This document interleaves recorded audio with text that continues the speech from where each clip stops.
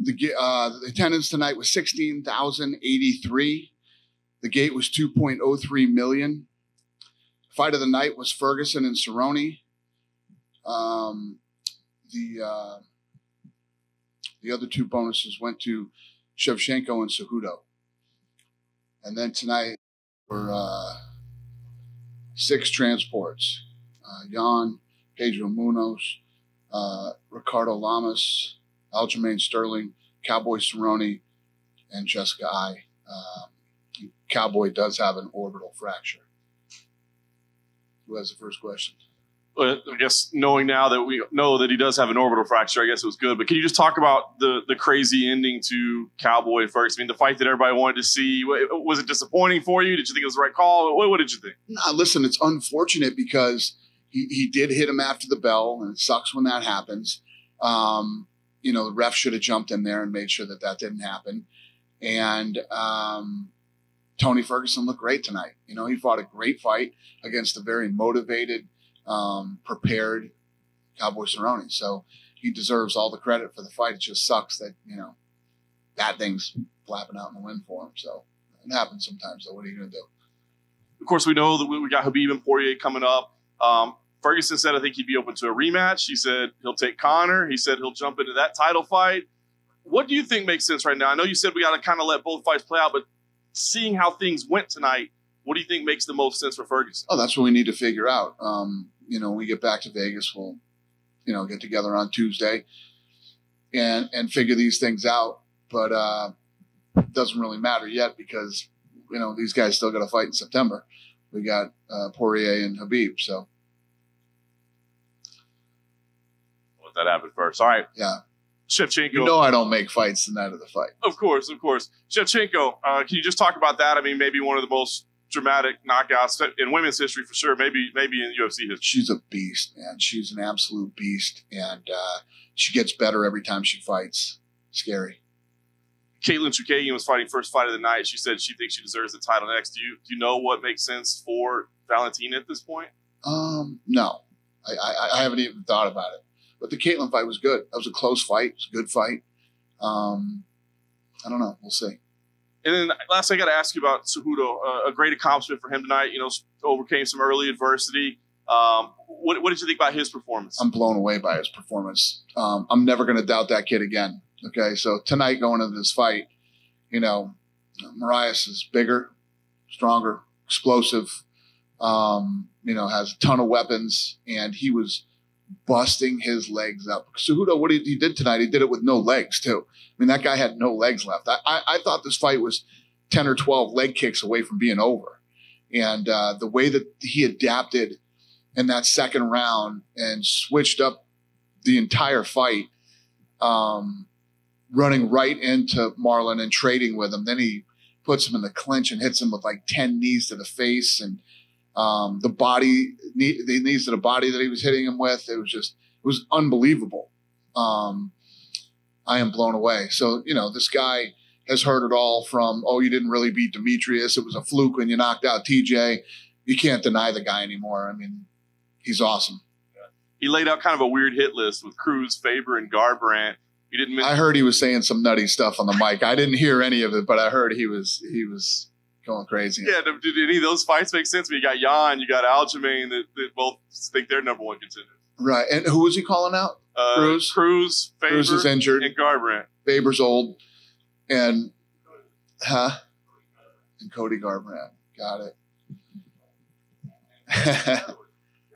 Yeah, I don't know. We'll sit down with him and figure out what he's talking about and see what we'll do. Cool. Last question for me. You know, you said going in, you felt like he was the kind of guy that could defend 2 titles and would do it. But I said if he could get through Marlon Moraes, right, I would not.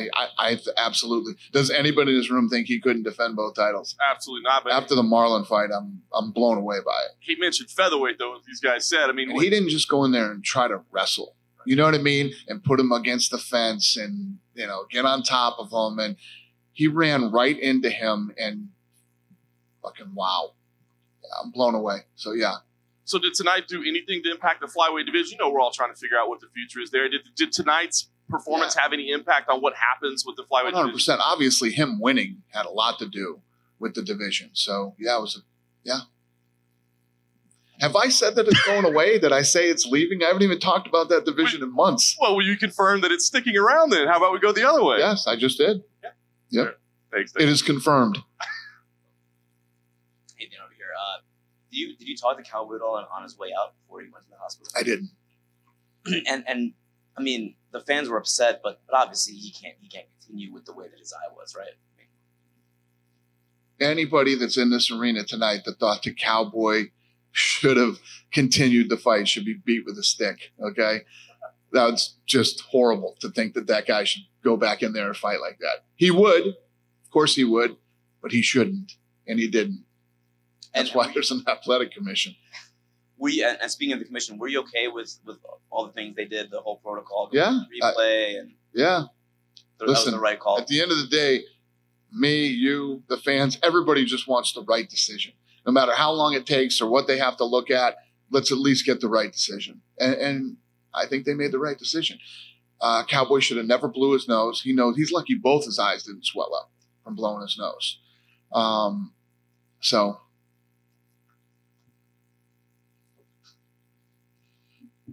Why do you think it's so difficult for guys to defend when they win that second title? What makes that so difficult to defend both of them? I'm confused. Like if you have a guy that has 2 championships, they can't. Oh, yeah, right. Well, I think that, and tonight proved it. I didn't know. I knew there was going to be a huge size difference between these two, especially after weigh-ins and when they step into the octagon, like we saw with Holloway and Poirier, right? So I knew that Henry was going to be much smaller than Moraes. And Moraes is so strong and, like I said before, explosive and has so many weapons. And, you know, the way that he fought Marlon Moraes, I didn't even know he had it out in him, by the way. You know, he bull rushed TJ and he caught TJ with a shot and he knocked him out. It happens. But when he got literally his ass whooped in that first round and his legs completely busted up, he went back to the corner and came out the second round with a completely different game plan that I didn't even know he was capable of. And it played out right there in front of all of us. That guy can fight at both weights, 100%. For as long as he can make the lighter weight, you know? She's a wrestler, and those guys usually can do it forever. When he fought Demetrius Johnson the first time, even going into that fight, not after the result, of course, did you have any inkling that he was this kind of potential as a fighter? No. And if you saw the first fight, you would think that how much better could he get for the second fight, you know? And this kid, I'm not doubting him again. So you don't let him fight at featherweight, though, right? So he said in the ring that featherweight was of interest to him. You don't let him fight at featherweight, right? Let's stick with these 2 weights for a minute, and then we'll talk about that stuff too. I heard he also said he's the pound for pound best in the world. Not the pound for pound best in the world. He said he's the pound for pound best of all time. Got it. Listen, it's awesome that he believes in himself like that and that he's so confident. You know, you got to be realistic. You got John Jones out there. Habib's never lost. He's undefeated. You know, and look at the guys that these guys have run through, and look at how long John Jones has defended his title. So, yeah. I have 2 other questions for you. Number one, what do you think led to this kind of improvement in Cejudo? Was it? Do you think it's more just his belief in himself that led to this, or obviously he's a super talented guy. He's a great athlete, and yeah, I mean he's so confident in himself. Just meetings that I've had alone with him where he's telling me what he's going to do. You know, and you hear lots of guys say that. Lots of guys believe in themselves. Very few actually pull it off. This guy's following me around, by the way. Seriously, every interview I've done, this guy starts fucking tearing shit down, and it's crazy. It's crazy. And then my last question for you, Dana, on Ferguson. I mean, can you admit now, did you have any reservations about him fighting tonight? And do you think that those questions are put to rest by what he did? You know, he comported himself pretty well in a very high pressure environment tonight. Who? Tony. Tony? Oh, yeah. No, I never doubted Tony was ready. He wouldn't have been here tonight if he wasn't ready. Yeah, I never once did I think that Tony wasn't ready to fight. You know, as far as his health or mental health or whatever people think. Yeah, he wouldn't be here tonight. Dana, how impressed tonight were you with Alexa Grasso? And I know the Mexico card is coming up too, and you say you don't make fights, but is she somebody that you really want to get on there and probably pretty high up into the card too? So first of all, she's somebody that we were watching for a long time before she came to the UFC. Then she came in and didn't really live up to the hype. You know what I mean? Then coming into this week, I can't remember what day I saw her, but I was like, wow, she's in the best shape I've ever seen her in. I mean, her abs were shredded, her shoulders were bigger, her arms were ripped. I mean, I don't know what she changed or what she's doing now, but she looked phenomenal this week. And, it paid off tonight against a very, very tough woman. Do you have anything up on deck for that card yet, or is it still pretty far out? Yeah. We haven't started messing with that one yet. Thank you. But I'd like to get her on it. Dana right here. To piggyback off that, Henry Cejudo, obviously Hispanic American, Tony Ferguson, Tatiana Suarez. We saw Andy Ruiz Jr. knock out Anthony Joshua. How important was this card piggybacking off of that for the Hispanic market that you said has been so key? Yeah, listen, anytime things happen good for us with, as far as Hispanics go, it's powerful. Hispanics support their people, more than just about anybody out there. So, we're always interested in growing that market. I literally found some dirt already in Mexico City to build a PI. So the first one's going to pop up in Mexico City, and then we're going to look for 2 more places, and then start looking for some land in Puerto Rico. When is that? When do you think that'll be finished? I don't know. And I'm flying to. When do we break ground for China? Yeah, but when do we break ground? Year and a half? So China took like a year and a half, probably in the same ballpark. A little over a year to open the first one. Hey, Dana, over here. Yep. Right here in the back. We talked about Tatiana Suarez. We found out after the fight that she had actually had a neck injury going into the fight, and she still pulled out the victory. Do you see her next for Jessica Andrade, or would you be more inclined to give it to Michelle Waterson? I want to make sure Michelle Waterson. Definitely not Michelle Waterson. Michelle Waterson doesn't even want to fight until like September, October or something, and she's ranked too low. But Tatiana Suarez, I want to make sure that her neck is okay. And I understand you spoke to Calvin Kattar and his team after his really impressive knockout over Ricardo Lamas. He said there was some talk of a card in Boston. Anything you can kind of? Yeah, we're looking at a few spots right now. Boston is one of the options. So anytime we can go back to Boston, I'm in. So hopefully we can get him on the card and do something there. And last question, just on card locations. We've heard some rumblings. Vancouver might be getting a card this year. Anything you can mention on that? Is that true? I don't know. Yeah, that's true. True. It's in September. That's what we're hearing. September? Potentially. Sounds like a yes. Good news for Canada. Just go with it. Be in Vancouver in September. It's official. So, Dana, you mentioned that you've been impressed with Valentina Shevchenko. Could you just a little bit talk about when she first got signed with the UFC and how she progressed throughout this 3-year difference, and why you impressed so much? I mean, forget about when she first signed with the UFC. Her progression in her last 3 fights. I mean, she is literally a wrecking machine. I mean, she is an animal. It's getting to the point where you got to start thinking, who's she going to fight next? I mean, there's always opponents, but she's so nasty. I don't know who's going to be jumping up screaming for Shevchenko. I can tell you that. Maybe somebody will, but I wouldn't want to fight her. Do you think the trilogy between her and Amanda Nunes will happen in the future? I think that you keep them both in their weight class, and let Valentina defend her belt X amount of times. If you think about it, right now you got Amanda Nunes, who has Holly Holm, which is really the only big star she hasn't fought yet.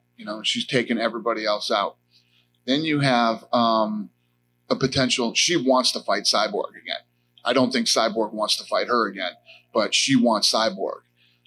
So if that fight does or doesn't happen, hopefully it happens because Amanda wants it. But if not, no big deal. She already beat Cyborg. Then Valentina will have defended her belts, and then, you know, maybe you do a who's the baddest woman on the planet type fight, and you do those two again. Anything's possible, but I'd say for a while here we keep them both in their own weight classes. And my last one, there are rumors about Sochi in August for UFC. Could you confirm if anything is confirmed and if anything is planned? No, you guys are making me give up all the stuff tonight. No, that's not true. What is true then? I don't know. Is there any truth to Russia that could be announced? I'm brain dead right now. I don't know what's true and not Thank you. true. Oh, Russia? Yeah. Yeah. What happened to Russia? I don't know. I don't remember. I'm getting old, honey. Bear with me. Any other questions? Shmo, what's happening? Thank you. Back here. Yeah. Hey, Dana. So Cejudo, getting back to Cejudo. Now he's got 2 belts, gold medal. How much do you agree with the proclamation that he's best combat sports athlete of all time? You work for Cejudo? Wouldn't John Jones be the best combat sport athlete of all time? Probably, yeah. There's so many people out there. You got, you know, you have, how about Amanda Newness? I mean, I just said she beat every big name out there. Habib, you know, the guy's undefeated. You know how hard it is to go undefeated, and he's in a nasty division too. Sugar Ray Robinson. Yeah, that's a tough one to claim, man. There's been a lot of bad human beings out there. You know, look at Shevchenko. Look what she's doing right now and where she's headed. You know, it's tough to call yourself the greatest right now, let alone the greatest ever to ever live. So with Shevchenko, I like his spirit though. So Shevchenko, with the performance that Valentina did tonight and Henry, and with you being on ESPN now, does that magnify with their performances tonight? So huge. Yes. Yes. I mean, I was telling some guys this week, you know, I came into this week and started to do all this media, and I start hearing all this negative crap again that, you know, I've been hearing for the last 20 years. 5 months, maybe 6 months in that ballpark, we've been with these guys. The business has gone like this. I forgot to tell you guys the other day too, everybody was talking about Fight Pass, how that thing was going to take a hit. It was done doing bigger numbers now than before ESPN. Even Fight Pass, considering the fact that we're on ESPN Plus, Fight Pass is even bigger than it was 5 months ago. So this ESPN deal is massive. I always knew it would be massive when we got on here. I don't know how any of you could ever have thought it wouldn't be massive being on ESPN. And the tide has risen and the whole business goes up. And that's just in 5 months. What's going to happen when we've been with these guys for 3 years? It's huge. It's just going to get bigger. The stuff that we're working on now, I think you guys, I think a lot of you Vegas guys are coming out, when is it, in 10 days to do that tour with me? In like 10 days, I'm going to blow your mind in 10 days, what we've built and what we're doing and what the future is. And if anybody who's not in Vegas, not from Vegas, can make it, love to have you if you want to come and walk through it. I'm excited. I'm really excited about it. So you're all invited. I would love to come to Vegas to do that. Julian Virgin from Atlanta. Aljamain Sterling looked very impressive in his bantamweight bout. Is it possible that we see him as a top contender in the bantamweight? Yeah, listen, if Aljamain Sterling has always fought like that, he'd be a huge star right now. He looked great tonight. I love the way he fought tonight. You know, he didn't just try to wrestle. He mixed it up. I mean, in the output that he had tonight, the amount of punches, kicks, knees, elbows, everything that he was throwing, and he was nonstop. Very impressive. Peter Yan also got a big victory on the main card. Is it possible that we see him as a contender? Yeah, and he fought, you know, he fought a Jimmy Rivera that didn't want to lose tonight. You know, Rivera looked good too, and it's crazy if you think of the first couple rounds. I was thinking Yan just won 2 rounds that he probably would have lost if he didn't get dropped. You know, Rivera fought a tough fight, and Yan looked really good. Final question: overall, how would you say UFC 238 went? As advertised. You know, everybody was excited about it, including me. I got here Wednesday. When's the last time you saw me at a fight week on a Wednesday? I couldn't wait to get out here, and the buzz for this card was huge. Everybody was talking about it, and it lived up to the hype. Thank you. Thank you. Hi, Dana. You may have confirmed this before, but what was the status of Sterling's leg? Yeah, hold on. Let me see. Yeah, he went in for his leg. Yeah, I don't know. Okay. I haven't heard anything bad, so that's good. Okay. Yeah, I was going to ask about Sterling, but just to kind of follow up, you saw Sterling improve, you saw Jan presumably improve, but also Cejudo. Would you say either of those two guys are in Cejudo's orbit in terms of? Yeah, I mean, they both look good. Listen, they're both top guys in that division. Yeah, they're in his orbit. Okay. And then finally, putting on your host hat, we know there were supposedly some Bears and Cubs here. In Chicago, we're always interested in that. Who did you entertain tonight in terms of? Theo Epstein was here. Rizzo. I'm close to those two guys. I don't know many of the other players and stuff. And I'm a Red Sox guy, so I don't know. But they were all here. There were Cardinals here. There were Chicago Bears here. Cubs.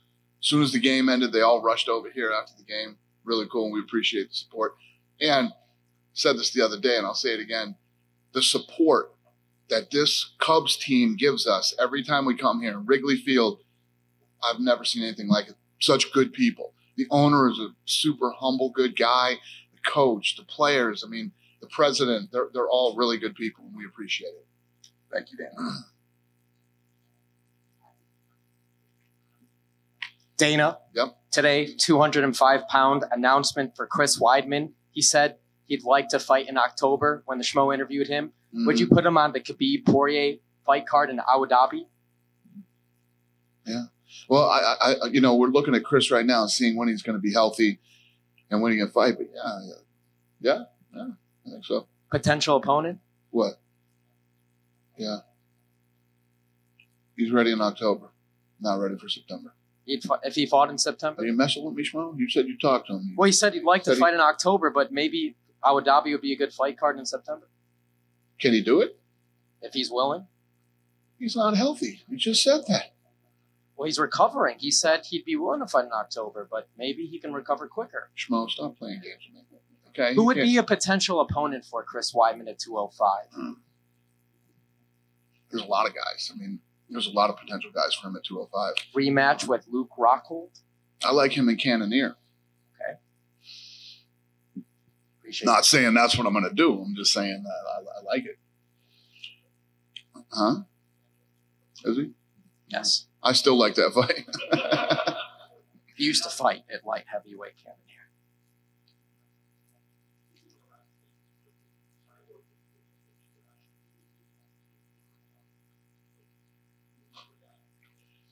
That she had asked for an immediate rematch.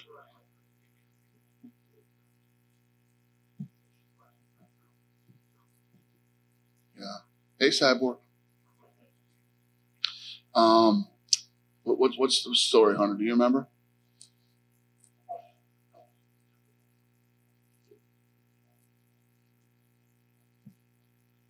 So there you go. So what he said was Amanda wanted to fight at 35 again, defend her belt there. She's fighting Holly, then go back to 45 to face Cyborg. She wants to fight you now. So she wants that Cyborg fight bad. So if Cyborg's interested, we can do it. If Cyborg's not interested, like I said, it's okay. I'm not saying anything bad about Cyborg. I'm just saying, yeah, I understand. That's just the way it played out. But she is ready, willing, and able. If she beats Holly, she wants to fight Cyborg. So if Cyborg wants to fight, it's there. That it? All right. Bye, guys.